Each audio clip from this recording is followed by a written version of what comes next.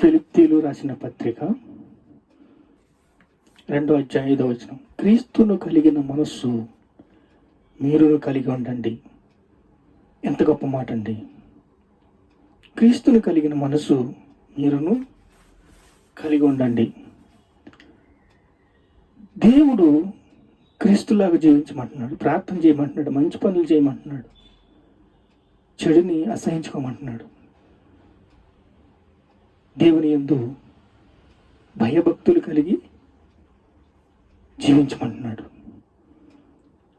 అయితే ఈరోజు క్రూరత్వము, చెడ్డతనము ఇష్టంగా చేసుకుని జీవిస్తున్నారు. చూడండి, 45వ అధ్యాయం యెషయా గ్రంథం 23వ వచనం. నా ఎదుట ప్రతి మోకాలు వంగునని, ప్రతి నాలుక నా తోడని ప్రమాణము చేయును. అంటే ప్రవక్తల మాటలను బట్టి యెషయా భక్తుడు ధర్మశాస్త్రాన్ని నేను కొట్టివేయనకు రాలేదు, నెరవేర్చడానికి వచ్చాను. యేసయ్య మనకి ఉచితంగా ఈ పనిని చేసి పెట్టాడు.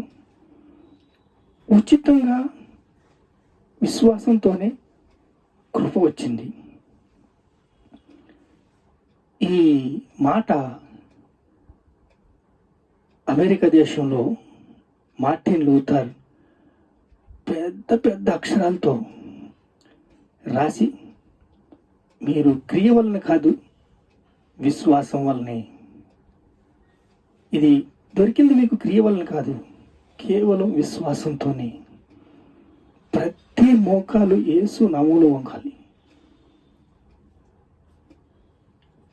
యెషయా ప్రవక్త అండి రంపంతో కొయ్యబడ్డారు. తనని హతసాక్షి అయిపోయాడు. ప్రవక్తల మాట అయినను, ధర్మశాస్త్రమైనను కొట్టివేయన రాలేదు. ఒక సున్నైనా ఒక పుల్లైన దాంట్లో తీసివేయను, దాన్ని నెరవేరుస్తాను. నా ఎదుట ప్రతి మోకాలు వంగునని, ప్రతి నాలుక నా తోడని ప్రమాణము చేయనని నేను నా పేరట ప్రమాణము చేసి ఉన్నాను. అంటే దేవుడు చెప్పినట్టుగా యెషయా భక్తుడు రాస్తే దాన్ని పౌలు భక్తుడు మనకి ఎక్స్ప్లెయిన్ చేశాడు. చూడండి, మనుషుల పోలికగా పుట్టి దాసుని స్వరూపము ధరించుకుని, దేవుని స్వరూపము ధరించుకుని తను తాను రిక్తునిగా చేసుకొనెను. మరణం పొందినట్టుగా, సిలువ మరణం పొందినట్టుగా ఆయన రిక్తుడయ్యాడంట. తన ఒక్క మాటైనా పలకకుండా శ్రమను జయించాడండి. జయ జీవితం కలిగి జీవించిన యేసుని కలిగిన మనస్సు మనం కలిగి ఉంటే ఎంత బాగుంటుంది. అసలు ఒక గురి ఉంటే ఎలా ఉంటుంది, ఒక గమ్యం ఉంటే ఎలా ఉంటుంది, ఒక దారి, అయ్యో క్రీస్తు వైపు నడాలి, క్రీస్తులాగా జీవించాలి, క్రీస్తులాగా బ్రతకాలి అని ఆశ కలిగి ఉంటే ఎంత బాగుంటుంది. దేవుని స్వరూపం ధరించుకునేవాడై తను తాను తగ్గించుకున్నాడు. తను తాను తగ్గించుకున్నాడు, దీనుడైపోయాడు. పౌలు భక్తుడు, నేను క్రీస్తుని పోలి నడుచుకుంటున్నాను, మీరు నన్ను పోలి నడుచుకోండి అని చెప్పాడు. ఆత్మను ఆర్పుకుడి, ప్రవచన వరాన్ని నిర్లక్ష్యము చేయకుడి, ఎడతేక ప్రార్థన చేయండి. ఈ మాటలు విన్నప్పుడు మనకి ఎలా ఉంటుంది? లోకంతో స్నేహము, దేవునితో వైరం అండి. మనం పోరాడుతున్నది ఆకాశ దురాత్మ సమూహులతోనూ, ఈ లోకనాథులతోనూ, ప్రధానులతోనూ, అధికారులతోనూ మనం పోరాటం చేస్తున్నాము, యుద్ధం చేస్తున్నాము.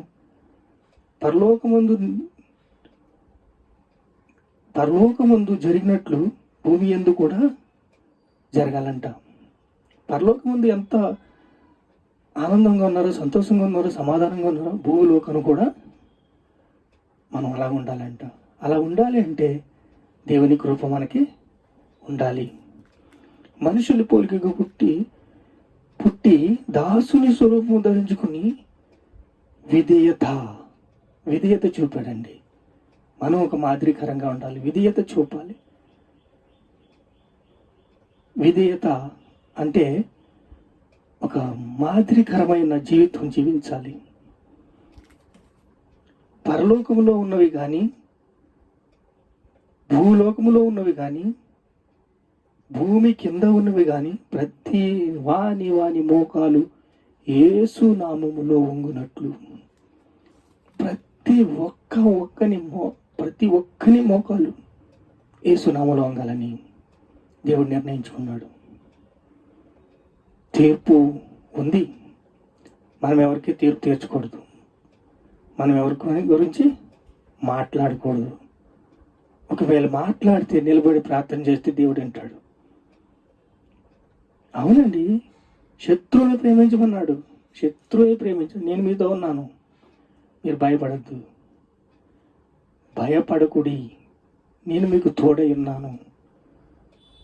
క్రీస్తుని కలిగిన మనస్సు నేను కలిగి ఉండాలని దేవుడు ఆశపడుతున్నాడు. అన్ని నామముల కన్నా పై నామము అనుగ్రహించును. అన్ని నామముల కన్నా పై నామము యేసయ్యకు అనుగ్రహించును. మరి ఏంటండి, ఇలా ఉంది అలా ఉంది, ఇలా అంటారు అలా అంటారు, లోకంతో స్నేహము, దేవునితో వైరము. ఒక గురి కలిగి జీవించినట్లయితే, యేసుక్రీస్తుని కలిగి జీవించినట్లయితే, యేసుక్రీస్తుని కృపను నువ్వు పొందుకున్నట్లయితే దేవుడు నీకు మార్గము, ద్వారము తెరుస్తాడు. చూడండి, 1 పేతురు 5:8 చింత యావత్తు ఆయన మీద వేయండి. చింత యావత్తు ఆయన మీద వేయండి. నిబ్బరమైన బుద్ధి గలవారి మెలకుగా ఉండండి. ఎవరిని మిగుదుమాని అపవాది గర్జించు సింహం వలె వెదుకుచూ తిరుగాడుచున్నాడు. ఎవరిని మింగుదుమాని గర్జించు సింహం వలె తిరుగుచున్నాడు. చూడండి, నశించిపోతున్న ఆత్మల పట్ల భారము కలిగి ఉండాలి. చింత యావత్తు ఆయన మీద వేయండి. నశించిపోతున్న ఆత్మల పట్ల భారము కలిగి ఉండండి. నిబ్బరమైన బుద్ధి గలవారిగా ఉండండి. మెలకుగా ఉండండి. మీ విరోధిని అపవాది గర్జించు సింహం వలె తిరుగుతున్నాడు. ఎవరిని మింగుదమా అని తిరుగుతున్నాడు. క్రీస్తుని కలిగిన మనస్సు మీరు కలిగి ఉండాలి. ఆయన మనల్ని ప్రేమిస్తున్నాడండి.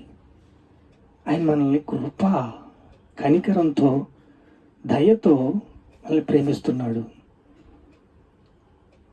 మనము ప్రతి విషయంలో నమ్మకంగా ఉంటే, నమ్మకమైన వానికి మెండైన దీవెనలు.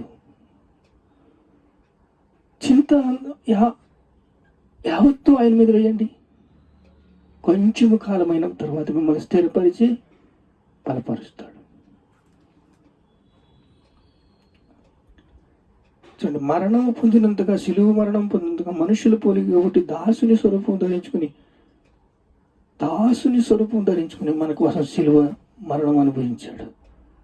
ప్రతి వాని మోకాలు యేసు నామములో వంగాలి.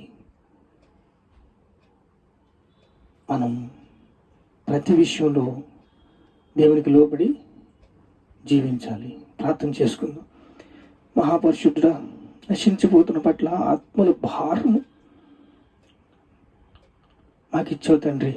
అనేక మందికి ఇచ్చినందుకు స్తోత్రాలు. అనేక లక్షల మందికి ఈ భారం ఇచ్చినందుకు స్తోత్రాలు. వారందరినీ కాచి కాపాడి కంచివేయినాయన.